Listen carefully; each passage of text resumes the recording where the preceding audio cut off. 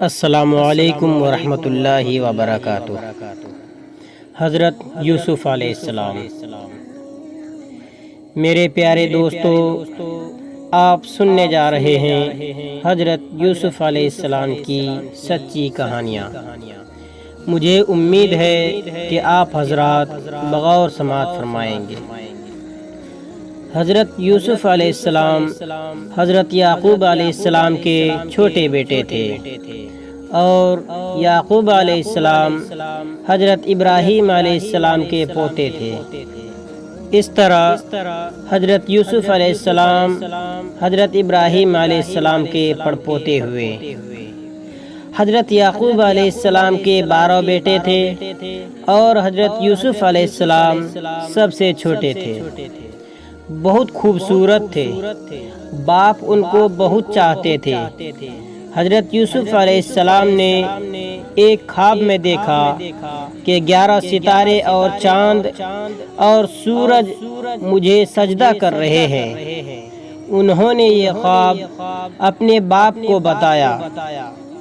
باپ نے حضرت یوسف علیہ السلام کو منع کر دیا کہ یہ خواب اپنے سوتیلے بھائیوں کو نہ بتائیں۔ حضرت یوسف علیہ السلام کے سوتیلے بھائیوں نے مل کر یہ مشورہ کیا کہ ہمارے ابا جان حضرت یوسف کو بہت چاہتے ہیں اور ہم کو اتنا نہیں چاہتے، اس لیے یوسف کو جان سے مار دیا جائے۔ لیکن ان میں سے ایک نے کہا، جان سے مت مارو، بلکہ یوسف کو ایسے کنویں میں پھینک دو جس میں پانی نہ ہو۔ سب نے مل کر یہ بات طے کر لی۔ یہ سب بھائی اپنے باپ کے پاس آئے اور کہا کہ آپ یوسف کو ہمارے ساتھ کھیلنے کے لیے بھیج دیں۔ ان کے باپ حضرت یعقوب علیہ السلام نے کہا کہ مجھے ڈر ہے کہ کہیں تم کھیل میں لگ جاؤ اور کوئی بھیڑیا جنگل میں اس کو کھا جائے۔ بھائیوں نے کہا کہ ہم ایک طاقتور جماعت ہیں، ایسا کیسے ہو سکتا ہے؟ آخر باپ نے حضرت یوسف علیہ السلام کو بھائیوں کے ساتھ بھیج دیا۔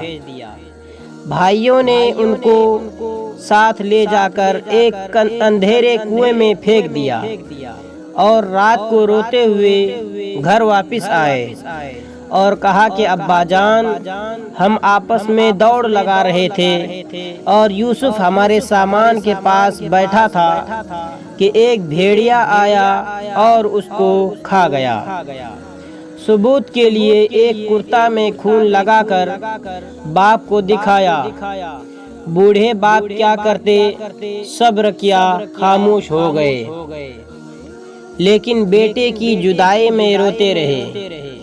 جس کنویں میں حضرت یوسف علیہ السلام کو پھینکا تھا، اس کے قریب ہی ایک قافلہ آیا، اور انہوں نے پانی نکالنے کے لیے ڈول کنویں میں ڈالا۔ دیکھا کہ ایک خوبصورت لڑکا کنویں میں ہے، ان کو باہر نکال لیا، اور جب قافلہ مصر پہنچا تو وہاں پر مصر کے بادشاہ نے ان قافلے والوں کو تھوڑی قیمت دے کر خرید لیا، اور اپنی بیوی زلیخا سے کہا کہ اس کو پالو، ہو سکتا ہے کہ ہم اس کو اپنا بیٹا بنا لیں۔ حضرت یوسف علیہ السلام جوان ہو گئے، ان کی خوبصورتی و عقل مندی اور بڑھ گئی۔ زلیخا عزیز مصر کی بیوی ان پر فریفتہ ہو گئی اور ان کو اپنے نفس کی جانب سے پھسلانے لگی۔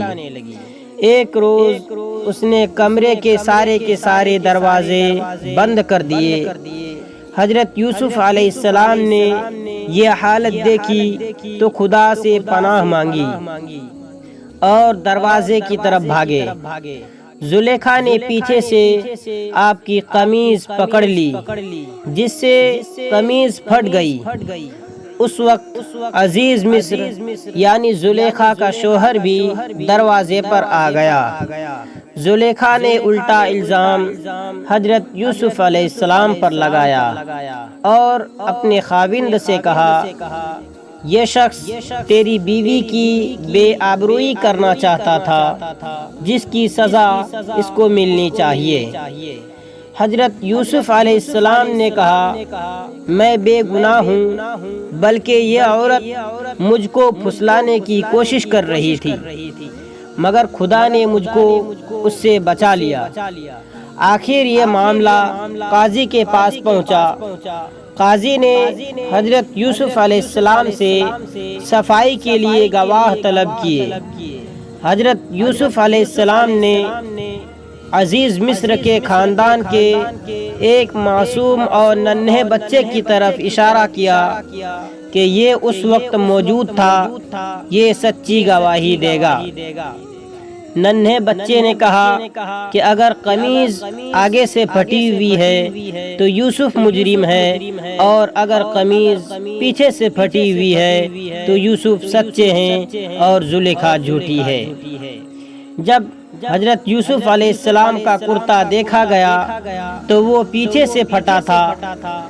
عزیز مصر نے حضرت یوسف سے کہا کہ اس بات کو جانے دو، اور زلیخا سے کہا کہ تو معافی مانگ، حقیقت میں تو ہی قصوروار ہے۔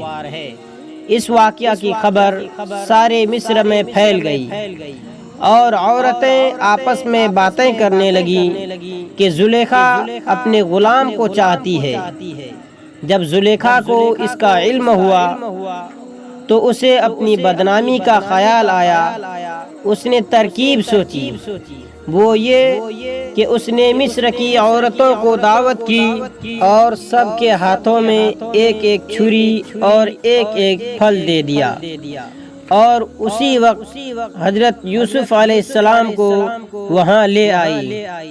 عورتوں نے جب حضرت یوسف علیہ السلام کے حسن و جمال اور خوبصورتی کو دیکھا تو وہ سب اپنے ہوش میں نہ رہیں، اور چھریوں سے بجائے پھلوں کے اپنے ہاتھوں کو کاٹ لیا اور کہنے لگی کہ واقعی یہ کوئی انسان نہیں، فرشتہ ہے۔ زلیخا نے ان عورتوں سے کہا کہ یہ وہی شخص ہے جس کے لیے تم مجھے ملامت کرتی ہو، میں حقیقت میں اس کو چاہتی ہوں۔ اگر اس نے میری محبت کو ٹھکرا دیا تو میں اس کو قید کرا دوں گی۔